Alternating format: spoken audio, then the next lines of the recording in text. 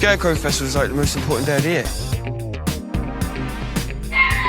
What? Daft Cow? This is just ridiculous. What the actual fuck?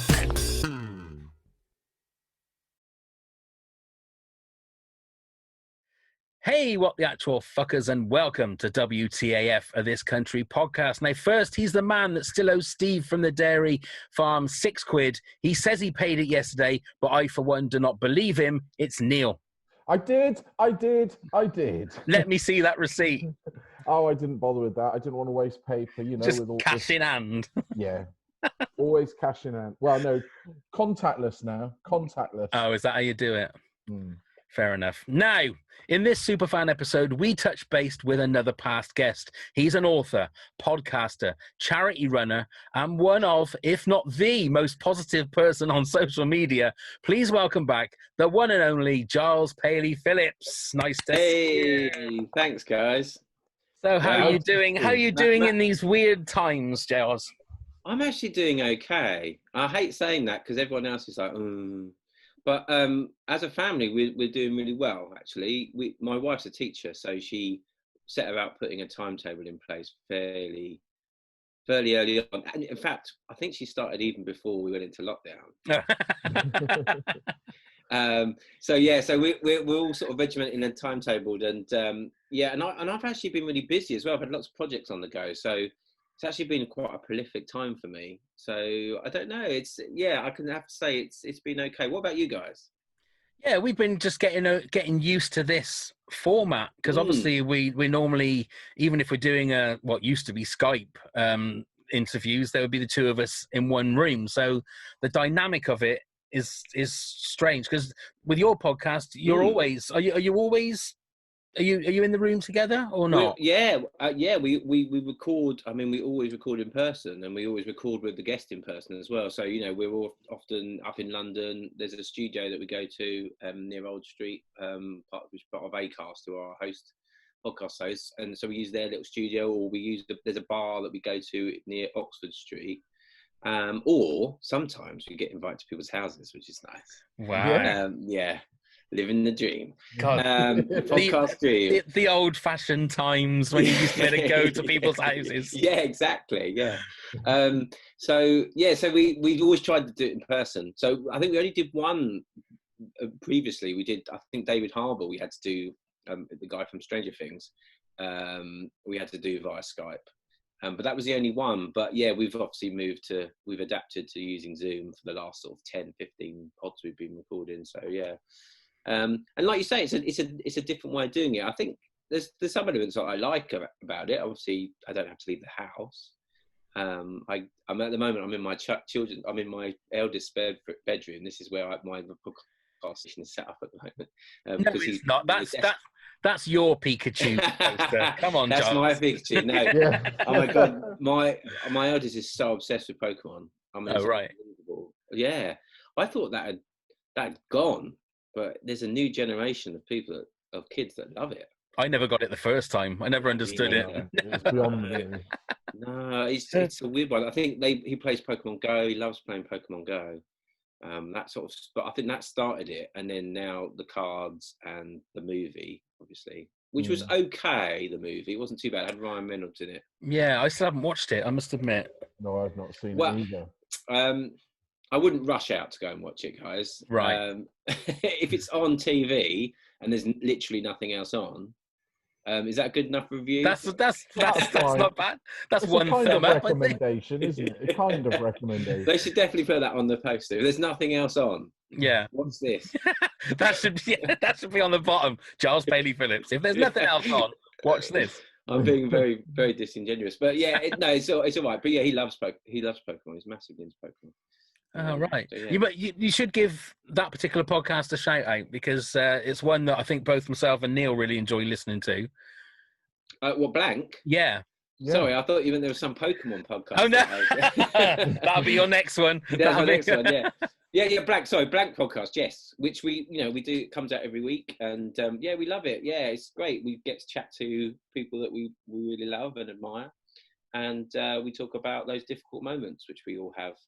I mean, it started off being like difficult moments in the creative world, because Jim's a stand-up comedian and I'm a writer, and so yeah, it was started off like that. But now, yeah, it's kind of evolved, and we have all sorts of different people. I mean, this week we had Professor David Wilson, who's a criminologist. He was on talking to us about psychopaths, which was quite interesting, and he gets to meet serial killers all the time. So that's that's his blank moments, going to meet mass murderers. So what do you think he'd think about Big Mandy? Oh goodness, Big Mandy. Yeah, yes, I'd love to know how he would approach talking to her for sure. I'd like to think that he'd probably join the book club, and he could probably analyse her through that. Who's a psychopath? Yeah, exactly. Yeah. Who you call a psychopath? So Giles, I was going to say, series 3. Then we haven't spoken to you since. What were your thoughts? I loved it. I mean, it was such a big anticipation for it coming out. I think it really seemed to build up a lot more this time. I think that obviously it's sort of grown from having that cult following to sort of edging into the mainstream a little bit more, and certainly there was lots of kind of high profile people talking about it before it came on, and so yeah, sort of like social media and Twitter particularly was a buzz with this country, and that was really nice to see, because I felt like I was in on it before, you know what I mean, like I've been there from the beginning, almost. Like a little secret club. Yeah. And it's like other people wanting to join the club, and that's really exciting. So it was really nice to see, to see it getting that kind of recognition, I think. And so, yeah, I was really excited about seeing it. And I thought it was going to be, the whole lot was going to be streamed so I could binge it. But it ended up being like, so I don't know where I read that or saw that. I think someone maybe had tweeted like, oh, I'm going to watch the whole lot in one go. But obviously they came out weekly, which I think is quite nice, really, in a way. Yeah, I think Simon, the producer, actually put out on Twitter, said, would people like to binge it or watch it weekly? Oh, okay. I think that, and sort of did like a little poll to see what people thought. Oh, I didn't know that.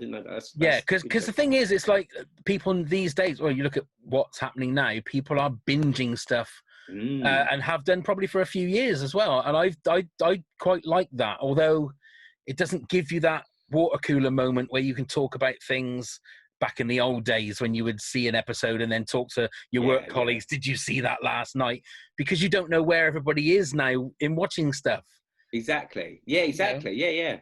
Yeah, I mean, I guess I do, obviously we like a binge. We like to binge stuff here. If we get into a series, you want to watch you watch over, consecutive nights. It's quite nice. But actually it was quite nice just waiting for it the next week and anticipating the next episode. So I'm quite pleased in the way they did it like that, because like you say, we could digest each episode a bit more than we probably would have done if we just, whacked through them. I think I'd certainly binged the first series. So probably, and I know I've watched, I mean, obviously I haven't watched series 3 again, actually, since it's been on, and that's something I need to go back and do. Series 1 and 2 I've watched multiple times. So it'd be nice to watch it, actually binging it, and see what it's like. Because what it's like with series, there's always sort of got narrative threads sort of running through, and it'd be nice to pick those out a little bit more, which I think you do notice more, obviously, if you binge something, because you're like with it, aren't you? So yeah. Did it give you the closure of being at the final series that you wanted, from what you can remember? Yeah, I mean, it finished, obviously it's sort of bittersweet, a bit like Game of Thrones. That's a tinderbox. That is, you're talking like Game of Thrones. This podcast could go on for 3 hours if we. No. I'm just going to spit it out. I hated the end of Game of Thrones, so I'm just putting that out there. You're not alone. You're not alone. But no, I think they tackled it really well. I think it was a difficult series. I mean, they'd obviously lost Michael as well, so they had to deal with that stuff. And I think they handled that really, really well as well. I thought that was a really nice way they did that. And like I say, it's slightly bittersweet, but then I think they just did it really well. I thought it was lovely. It was really in keeping with everything that had gone before, really. And I think that's why we love this country, is because it's got this formula, and it's so lovely. Yeah. Did you watch like series 1 and series 2 before series 3 started, or did you go in there sort of quite dry? Yeah, I think I had. Well, I think I'd seen it. I'd watched them quite recently before then. Anyway, like I said, I've binged them both series a few times, so I'm quite familiar with them. So yeah, I think I was quite up to date, and obviously the aftermath as well. So I was interested to see where they would go with Kerry's dad, with Martin, and I thought that episode was fantastic when he came back into their lives. And I thought that was really good, actually. It was a good eye-opening kind of moment for her. I think, you know, obviously she'd had slightly that anyway in the aftermath, but just getting to realise that, you know, what a twat her dad is, you know. Did you feel that it wasn't, because we've said before that there wasn't that payoff scene where she confronts him and tells him what a dick he was? For me, it's like it's a itch that hasn't been scratched. Yeah, that's true. Actually, I hadn't thought about it. Yeah, and actually thinking about it, that might have been a good payoff, mightn't it? Having that moment, a bit like, you know, in The Office when at the end of he just tells Finchy to fuck off. Yeah. Exactly that moment. And maybe that would have been nice, but then at the same time, I guess maybe you have to look at their characters and think, would Kerry have had the balls to that, or the inclination to do that to her dad? I think there's probably still side of her that wouldn't want to say that to her dad, because there's obviously still an element of but I know what you mean. It would have been quite nice in a way. I think as us as an audience, we probably would have liked that. Yeah. It's like you sort of think in 2 weeks' time he's back, and he's back there just like ruling the roost again, and it's that again is something that's never really going to change. Yeah, exactly. I think it leaves that open, doesn't it? That we can think that he's just always going to be a bit of a shit, and he's going to come in and out of her life, you know, now and again, and you know, that's quite a nice thing in a way. And how do you feel the vicar's going to get on in Bristol, Giles? Oh, see, I worried about him going to Bristol. I mean, I think going back to the episode when his son comes back, and they, you know, when Curtin's saying, "What's Bristol like?" You know, and it's this sort of hedonistic drug den. So I'm a bit worried about the vicar, a little bit worried about him. I don't know how he'll cope. I think it would be exciting for him, but I think he'll pine for the gentleness of being in the village. I think he'll pine for that, definitely. But yeah, he's robust enough to take things on his chin, I think.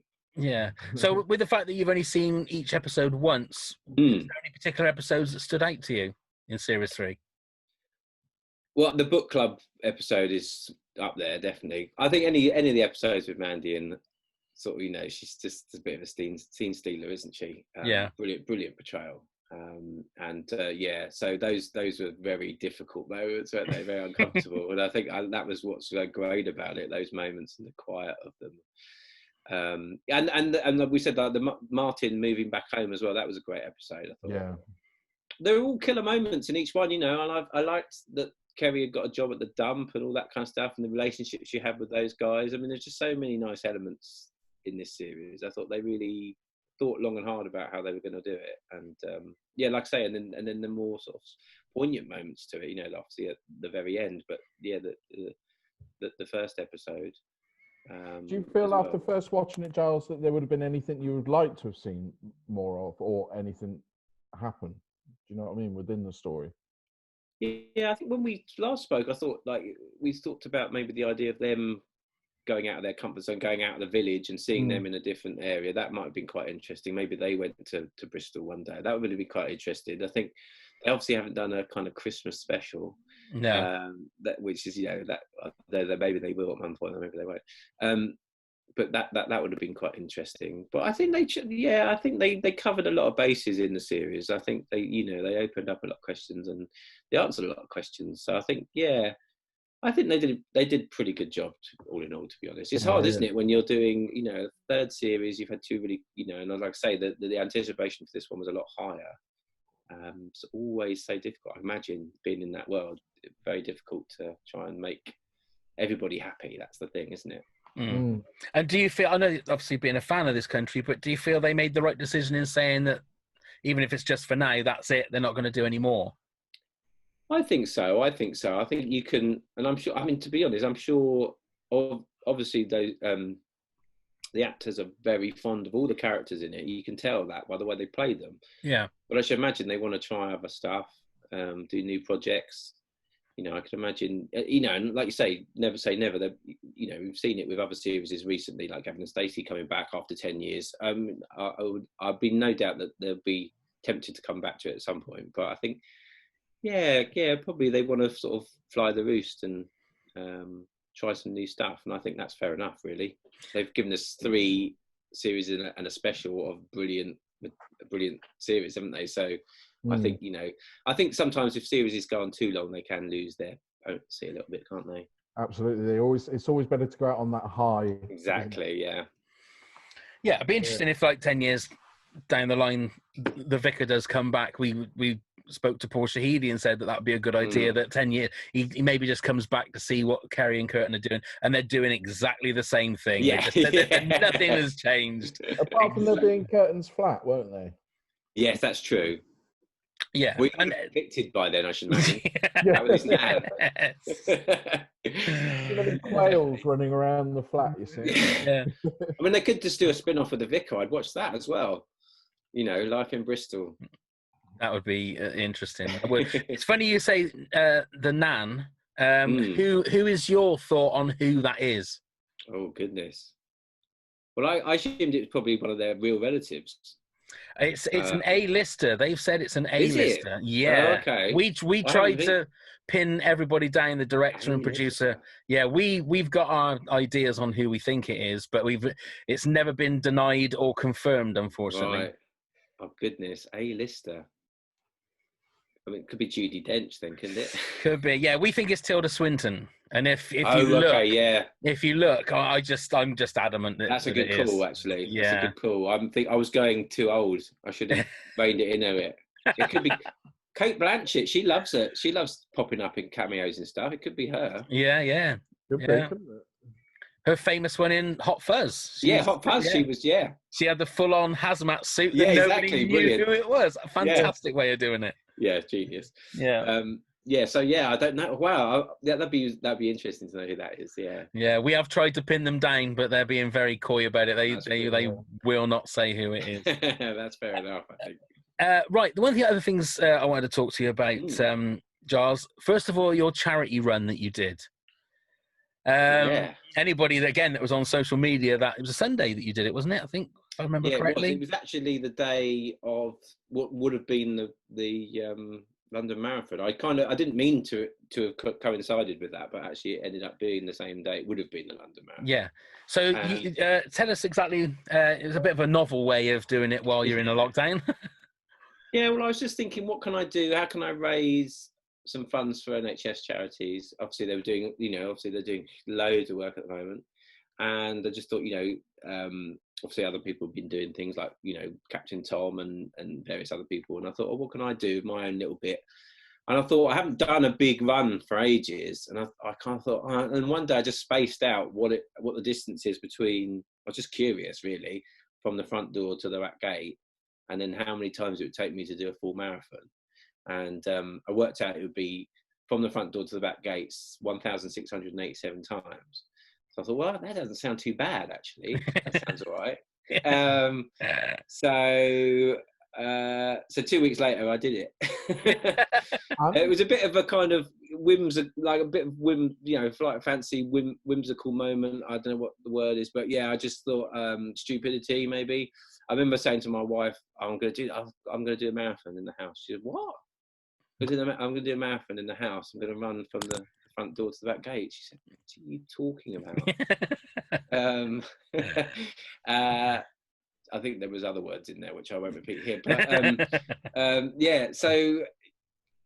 but I just thought it'd be a bit of fun, a bit of something achievable. I've done one marathon before, but I knew I'd be doing it really slowly. So I thought, there were a few trip hazards. I mean, I had to go down the hallway and then sort of meander through the kitchen and then through our conservatory, and then there's some steps down in the garden. So I was I was aware that there were a few trip hazards, but I just took my time, didn't do it too fast, and I've tried to broadcast most of it on Facebook and Instagram, which was really, it was really good because not having anyone apart from obviously my children who were just sort of eating the jelly babies I'd put out on the side to keep me going.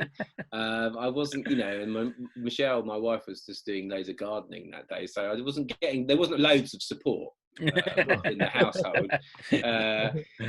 So I thought, it was quite nice going on the live, on social media live, and people was getting loads of nice messages, and it was really, really lovely, and actually really took my mind off the sort of more physical aspects of it, and it was really, really fun in the end. I love the fact. I was gonna say, I love the fact that you had a little food and drink station with the jelly babies and some water, but you was like going past it literally every 50 seconds. Yeah, that was vital. Yeah, I mean, around sort of 25 kilometers, I started to hit the wall a little bit, and I was like, I said to Michelle, I was like, I'm really struggling now. I don't know what. Really starting to feel it, and she said, I'll make you some pineapple and cheese, which is it's one of those ultimate combinations. And it was honestly, I can't tell you the revitalizing properties of pineapple and cheese. Really? I'm going to recommend it to anybody that, like, coma victims, they should give it to. Because honestly, they might have problem chewing it though. I think. That's true. Maybe they sort of intravenously put it in. But it was incredible that, like, I got a complete second wind after eating that pineapple and cheese.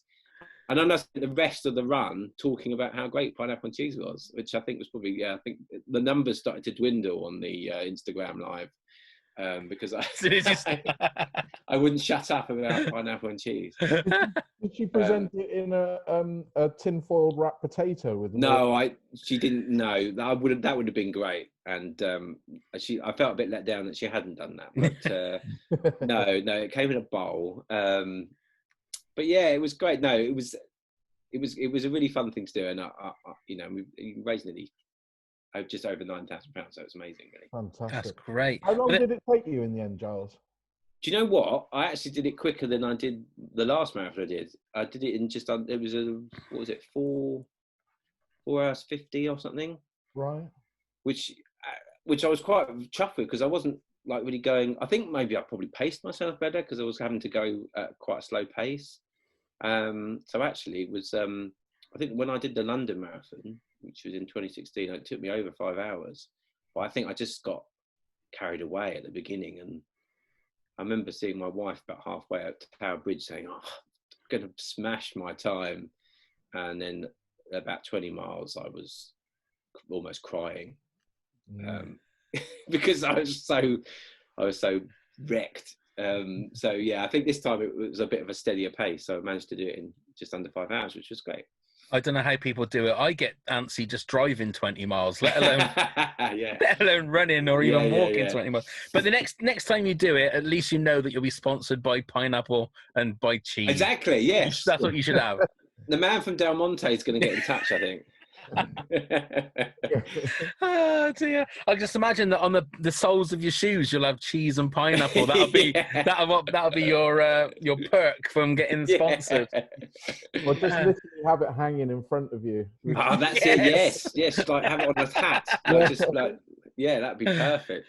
I could get one of those Australian with, instead of corks, have pineapple and cheese hanging down. That would be perfect. The merchandise will just like make us. Well, I'll say make us, like we've got to make you a millionaire. No, I'm sharing it around. That's all. We'll be paid in pineapple. We paid in. Oh, I don't mind. See, I don't like cheese, but I love pineapple. Okay. So we can split it 50-50. Okay. I'll take the pineapple share. You take the cheese share. That'll be fine. Right. The other thing is. Your book. You've got loads of books. Like you said on one of your social media posts that trust you to pick a lockdown to have, I think, 3 books to be released. No.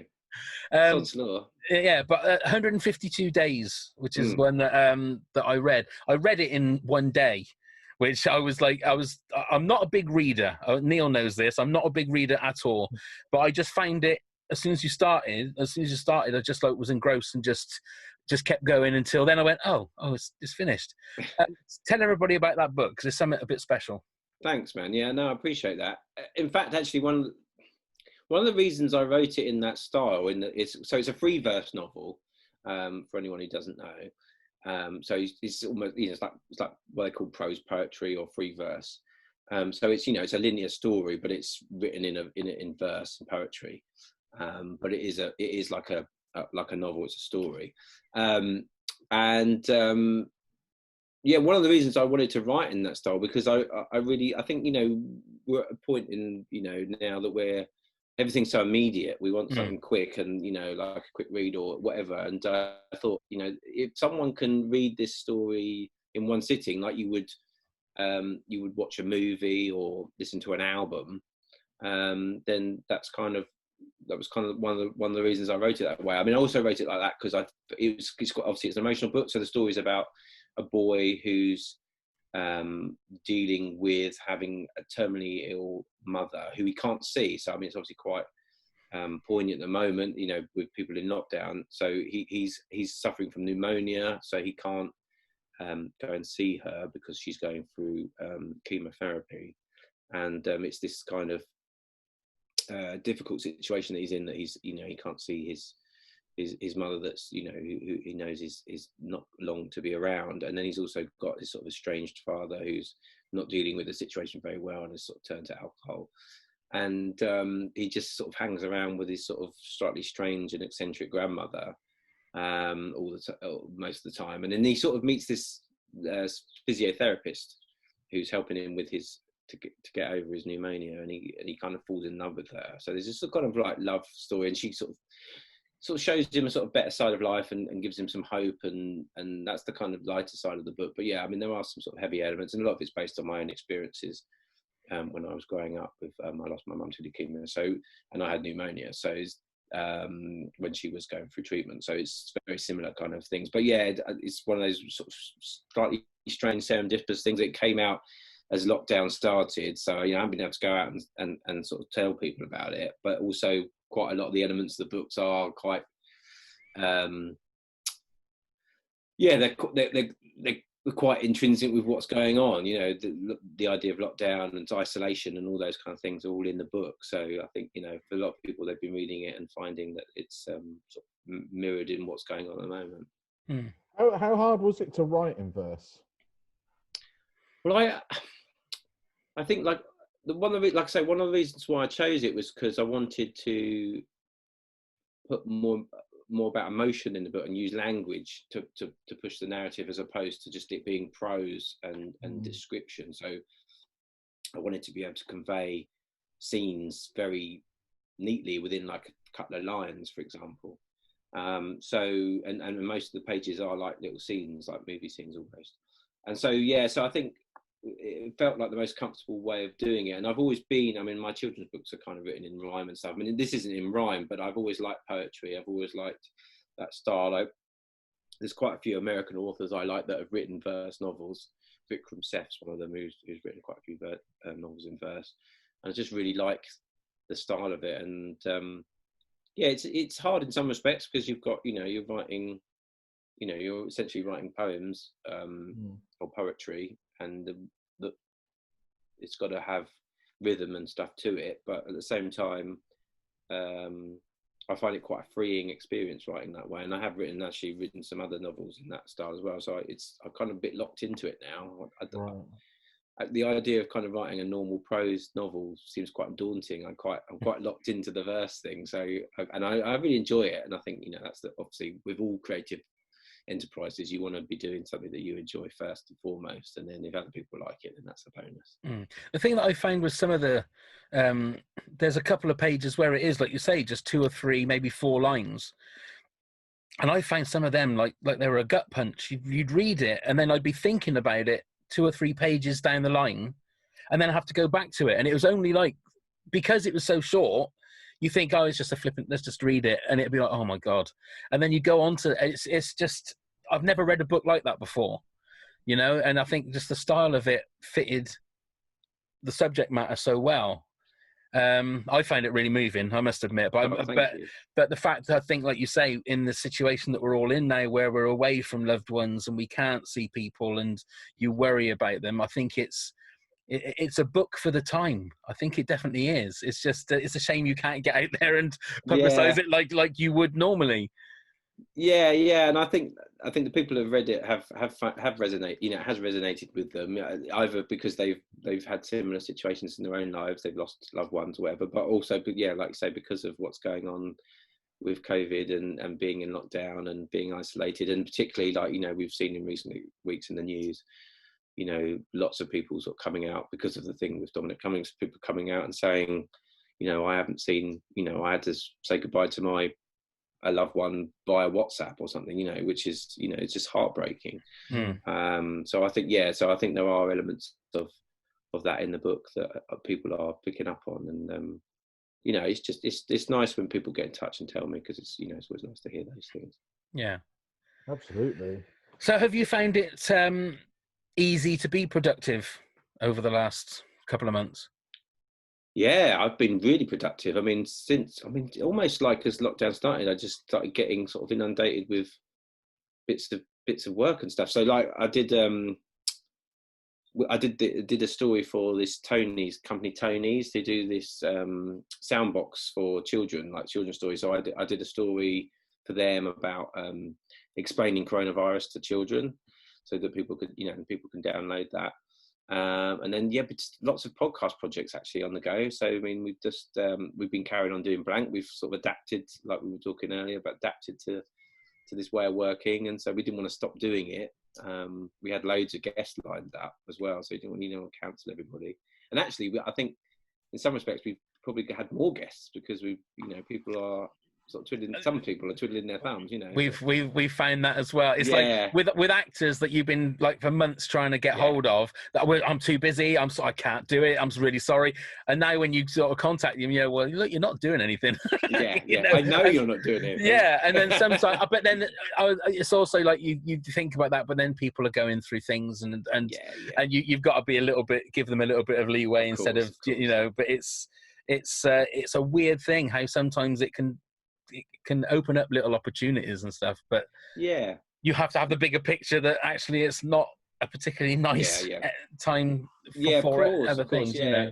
Yeah, but I think for us, we found, I mean, I think Jim and I said with Blank, we said we wanted to carry on because, and I said early on that I think we both needed the distraction. Yeah. From what was going on, and actually doing this is a real comfort. I mean, Blank for us is always a bit of therapy. You know, whenever we sit down and talk to people, we go into some interesting places, and it's always a bit of therapy for us and the guests. And I think we didn't want to stop doing that. You know, I'm sure you have similar things when you do, when you do this one and your other podcast. So I think, it's just, you know, for us it was a nice thing to take minds off what's going on. So we wanted to do that, and I've got a few writing projects on the go. So it's been a really productive sort of time in some ways. I mean, I'm a terrible procrastinator, so actually being able to focus, and you know, I've been helping with the homeschooling and stuff as well. So, you know, it's been busy here, and there are a lot of aspects of lockdown that I've enjoyed. You know, I mean, I miss friends dearly and family, but you know, there are there are a lot of things that I've enjoyed about being home. I know we're incredibly lucky. We've got a garden, and I'm with my favourite people. So, you know, I know that's I'm very grateful for that. But so there are aspects that I've enjoyed for sure. Yeah. Going back to your podcast, Giles, is there a guest that you still want to get on there that you haven't had the chance to get? There's so many guests. Who have we tried? I'm trying to think now. I don't want to name too many names, but we try to. I really want to get Nick Offerman on. Oh, he'd be amazing. So Nick Offerman and I have had a few conversations on Twitter, and so I'm sort of tentatively trying to get him to come on the podcast. He does a great podcast with his wife, actually. He's got a couple. I think he does a couple of podcasts, but I know he does one. Definitely does one with his wife, which is brilliant. Yeah. I've got to know Nick a bit. I say Nick like we know each other. Because I reached out after I watched Devs. I don't know if you guys have seen Devs. I haven't seen it, but I've heard it's supposed to be really good. It's so good. I loved it. I'm a big fan of Alex Garland, and I think honestly I can highly recommend watching Devs. And Nick Offerman's absolutely brilliant in it. Very different from Parks and Recreation kind of. He's sort of this sort of tech company owner, Zuckerberg-esque, sort of. Well, I don't say not quite Zuckerberg, but that kind of thing. So that and he's sort of got a slightly sinister kind of element to him, and he's just fantastic. And so I reached out to him and said I really loved the show, and we had a few conversations, and we talked about wood because obviously he's really into wood, and carpentry and stuff. And then I went on his website, and have you been? I recommend going on his website, seeing some of the stuff that he's got a workshop. I think they create some amazing stuff. He makes really nice canoes, doesn't he? I think that's one of his specialities is canoes and stuff. Yeah. So Nick would be a big. I'd love to talk to Nick Offerman properly. Yeah, that would be great. He's one of my heroes. Nick Fingers Offerman. crossed. If you're listening, Nick. Yeah, if you're listening, if you're listening, and you like this country, two birds with one stone. Come exactly. on, Blank, and come on. What the actual fact podcast? Yeah, we'll share him like he's pineapple and cheese. Yes. Right. Before we talk a little bit more about your podcasts, because I want to talk to you about your new one as well with Julia Bradbury. We're going to play Kerry or Curtain. Now you've done this before, okay? So you know how it goes. But these are all going to be from series 3. Oh, okay. This could be tricky. I only got 3 out of 5 last time, I think. I think you did. So that's you say only. That's a respectable score. So here we go. Number 1. I'll give you a line from. Is it Kerry or Curtain? Number 1. Brilliant, superb. That couldn't have gone any better. Curtain. That was Curtain. Calling Sue about the milk. Well done. 1 out of 1. Number 2. Oh, see that bag down there? There's something in there for you.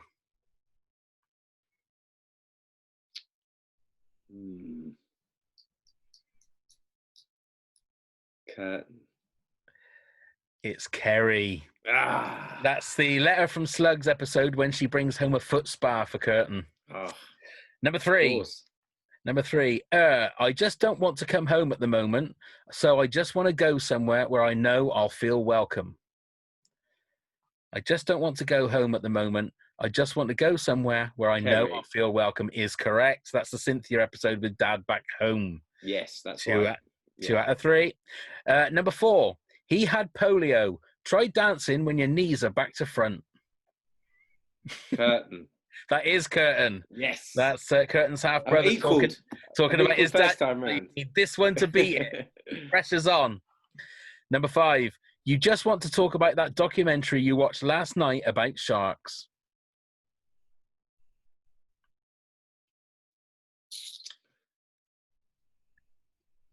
Curtain.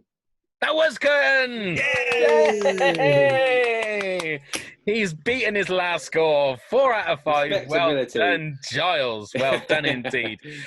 Okay, tell us a little bit about your new podcast, A Little Bit of Positive with Julia Bradbury. We launched today. Yeah, I mean, I've been sort of friends with Julia for a while. She came on Blank. Quite in the beginning actually, probably like sort of end of 2018, maybe early 2019.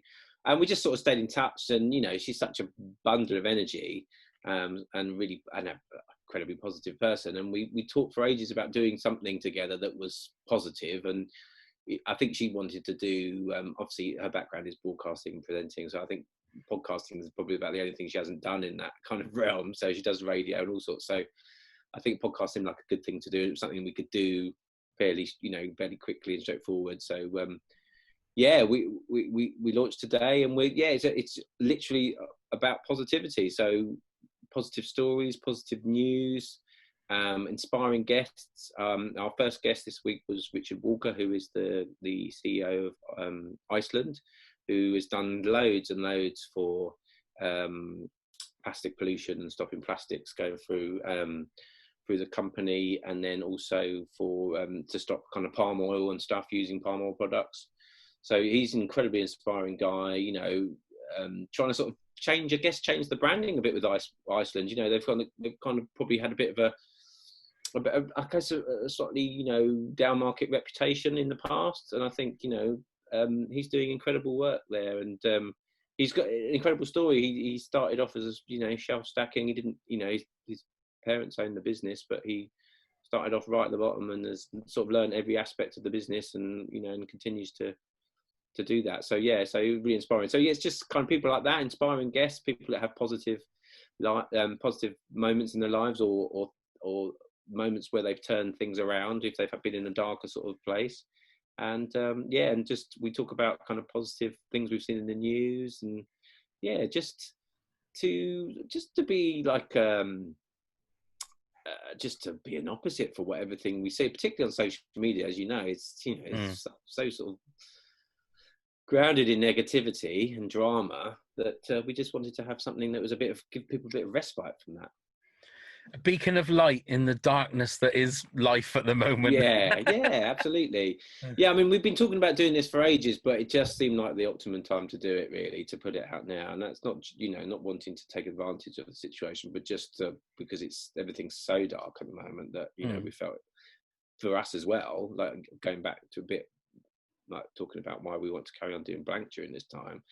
It's just something for us we can get on a Zoom chat or Zencast or whatever, and then we can chat and talk positive stuff. It just makes such a difference to our days as well. So hopefully that'll be the same for people listening. So you really do find a benefit of it after you finish recording, Giles? Yeah, definitely. I mean, at any time, I really love. I mean, that's why I love podcasting as a medium. Really, I doing this and doing other people's podcasts. Done a few this week, actually, other people's podcasts. I've been on as a guest.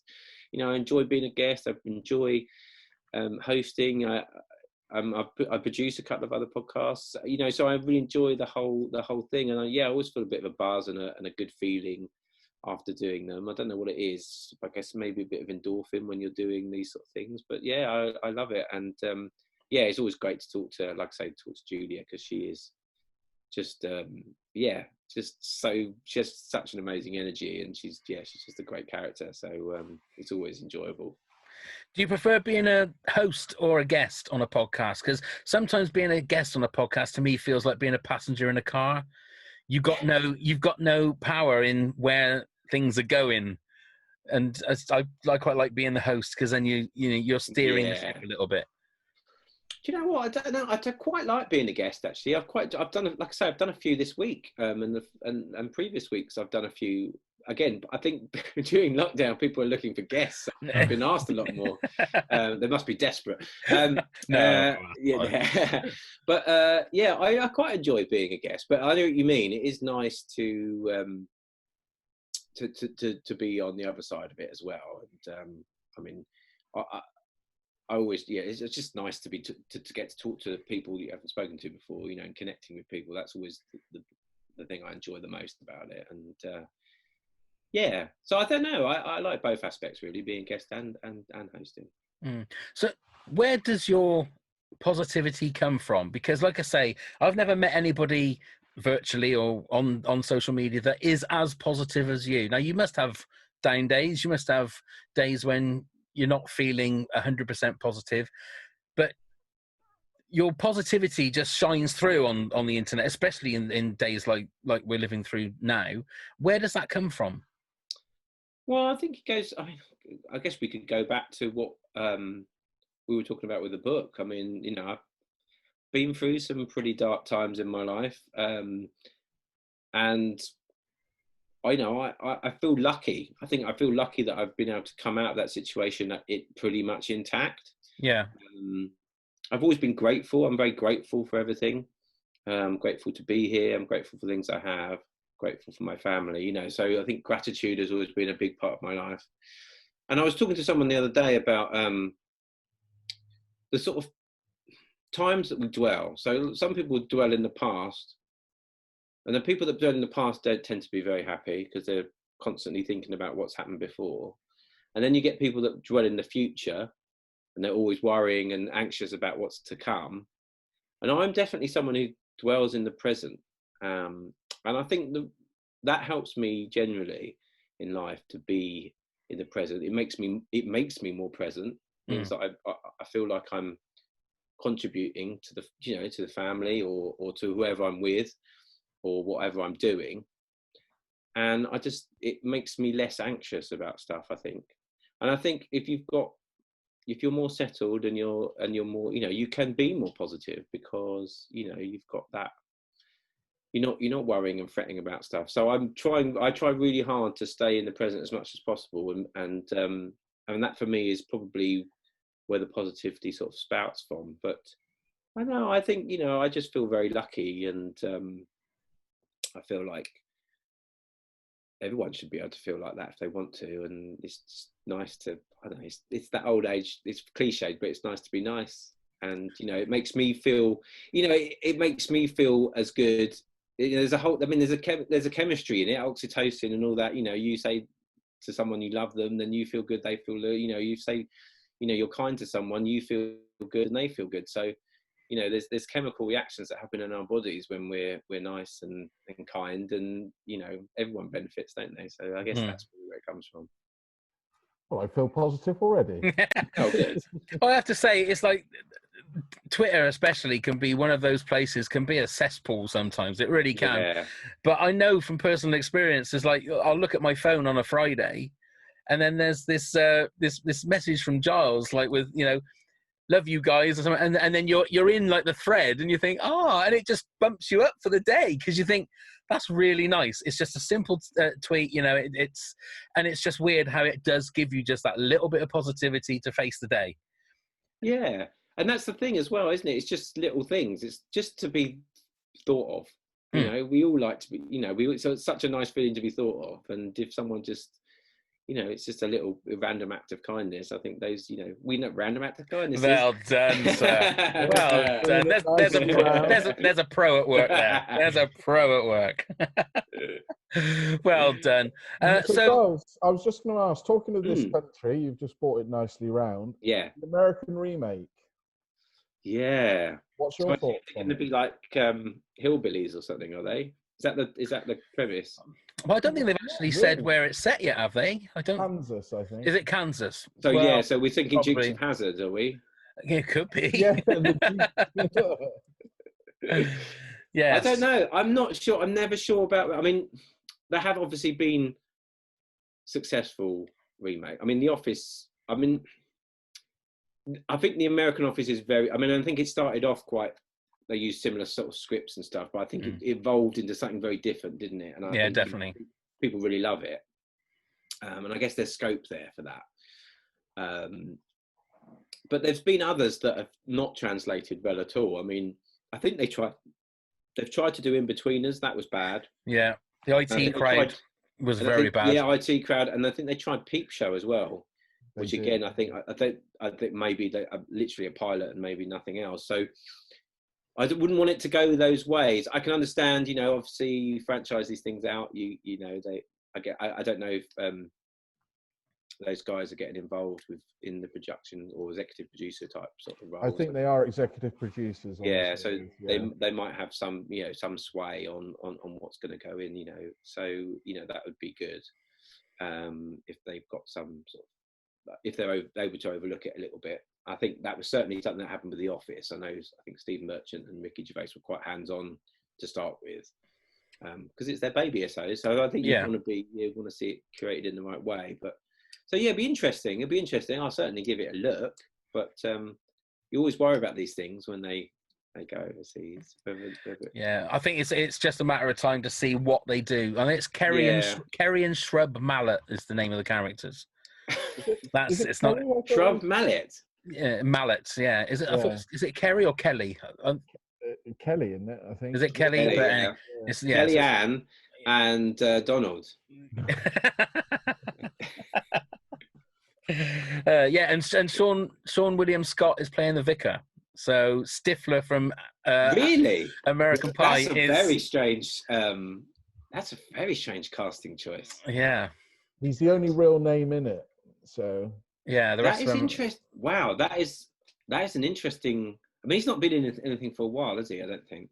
No, not that I know. No, I'm unsure about that casting choice there. I don't know. I think this could be a very different show. It could be. Then it's Paul Feig is the showrunner, isn't he? He's the man. Well, he's got good track record, isn't he? Yeah. I mean, he's I mean, he's made like Bridesmaids stuff like that, hasn't he? So I think and the American Office and the American Office as well, of course. So so maybe we'll be wrong. It would be a massive smash hit. Well, let's hope. Even if And it's Sean Scott Williamson is going to be huge. He's going to be back. He's going to be back in the A-list. And then we'll get him on the podcast. Yeah, exactly. Well, that's it. Well, I was going to say, I mean, I guess if it takes off, you guys you've got another. Well, we can carry on then. You've got a whole bunch of other shows you can do. Yeah, if they do 22 episodes a series, then we might get to that 200th episode. You never know. I mean, we've wrung the shit out of this one with 130 odd, keep going, guys. odd episodes. Got to keep going. Well, Giles, thank you so much for spending some time with us again, mate. It's been really been a pleasure to chat to you. We will put all the links to the book and the podcasts in the show notes. So if you want to check them out, and I do strongly urge you to check out the podcast. I've got the A Little Bit of Positive on my queue, so I will be listening to that. But the 152 Days and the Blank podcast, please go and check them out. Giles, once again, you're a gentleman and a scholar. Thank you very much for joining us again, sir. Thank you, guys. I really appreciate you asking me back. No, it's been a pleasure. You're doing great work. I love the podcast, and keep going. Well, thank you very much. Thank you very much, sir. Take it steady, sir. Stay safe. You too. Take care, guys. Bye-bye. Bye. So I go in. I don't know. Hang on. No. Right. There we are. There you go. The lovely Giles Paley-Phillips there. What a joy again. What a joy. It feels like an old school chat show when the guest goes off and then you say, and there he goes, the lovely Giles Paley-Phillips there. And now coming up, it's Kenny Everett. He's going to bend my microphone. Oh, thank you very much. Oh, thank you very much. Well, another wonderful guest. Neil, would you like to finish off, please? Yes. That sounds awful. While on Zoom, I'm going to finish off. Yes, off you go. Please do come and follow us on all the social media platforms under WTAF This Country. We'd love to see you on there. You can email us for any questions or just to talk to us at WTAFthiscountry@hotmail.com. And then if you want to visit our website that has everything you want to and all the links, please visit WTAFpodcast.com. Beautifully done, Neil. Even though I wasn't listening, I was looking at my phone. But there you go. Naughty. Naughty. Yes, and also come and join us on Patreon. Come and be a Patreon bozo. Just patreon.com/WTAF. There's loads of wonderful gifts and rewards that you can get. Extra content, early access to the podcasts, beautiful WTAF enamel pin, just for $1, $2 or $5. That's all it takes to become and be a bozo. That's it. Thank you very much, Neil. Thank you very much, Pav. Please stay safe, mate. And you, sir. And please, everyone else, stay safe and go and get plumbed, you fuckers. Scarecrow Festival is like the most important day of the year. What? Daft Cow? This is just ridiculous. What the actual fuck?